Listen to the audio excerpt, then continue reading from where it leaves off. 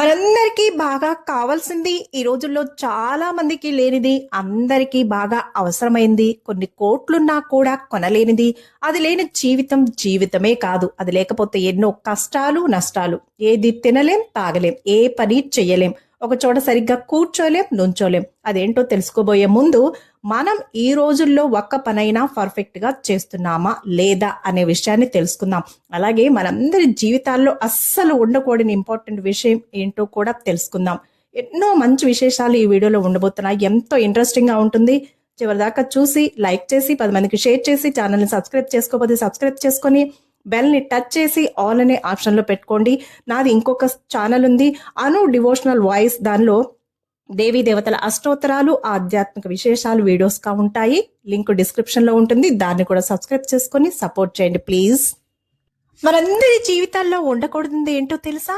అతి. మాట్లాడే మాటల్లో, చేసి పనిలో అతి అస్సలు పనికిరాదు. అతిగా నిద్రపోవడం, ఎక్కువసేపు మేల్కొనడం కూడా పనికిరాదు.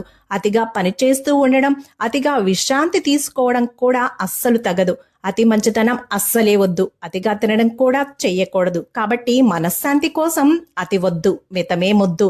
తినేటప్పుడు తినాలి, వినేటప్పుడు వినాలి, మాట్లాడేటప్పుడు మాట్లాడాలి, నిద్రించేటప్పుడు నిద్రించాలి, పని చేసేటప్పుడు పని మాత్రమే చేయాలి. ఆడుతున్నప్పుడు ఆడాలి, పాడుతున్నప్పుడు పాడాలి. కానీ మనం నిద్రలో మెలకువలో కలలు కంటూ ఉంటాం.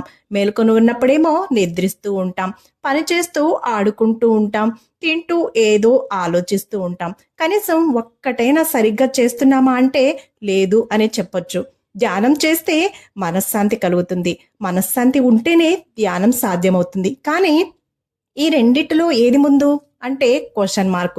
ఏది ముందు ఏది వెనక అని ఆలోచించి టైం వేస్ట్ చేసుకునే బదులు ఏదో ఒక్క దానికోసమైనా ప్రయత్నిస్తే రెండు పొందవచ్చునేమో ఆలోచించండి. ఇప్పుడు అర్థమైందా? కొన్ని కోట్లున్నా కూడా కొనుక్కోలేనిదే మనశ్శాంతి. చివరిగా ఒక మంచి మాట, మన మనస్సుని మనం అదుపులో ఉంచుకోకపోతే మనం మరొకరి అదుపులో ఉండాల్సిన దుస్థితి వస్తుంది. మన మనస్సుని మనం శాసించలేదా, అది మనల్ని శాసిస్తుంది, సర్వనాశనం చేస్తుంది అని ఎప్పుడూ మర్చిపోవద్దు.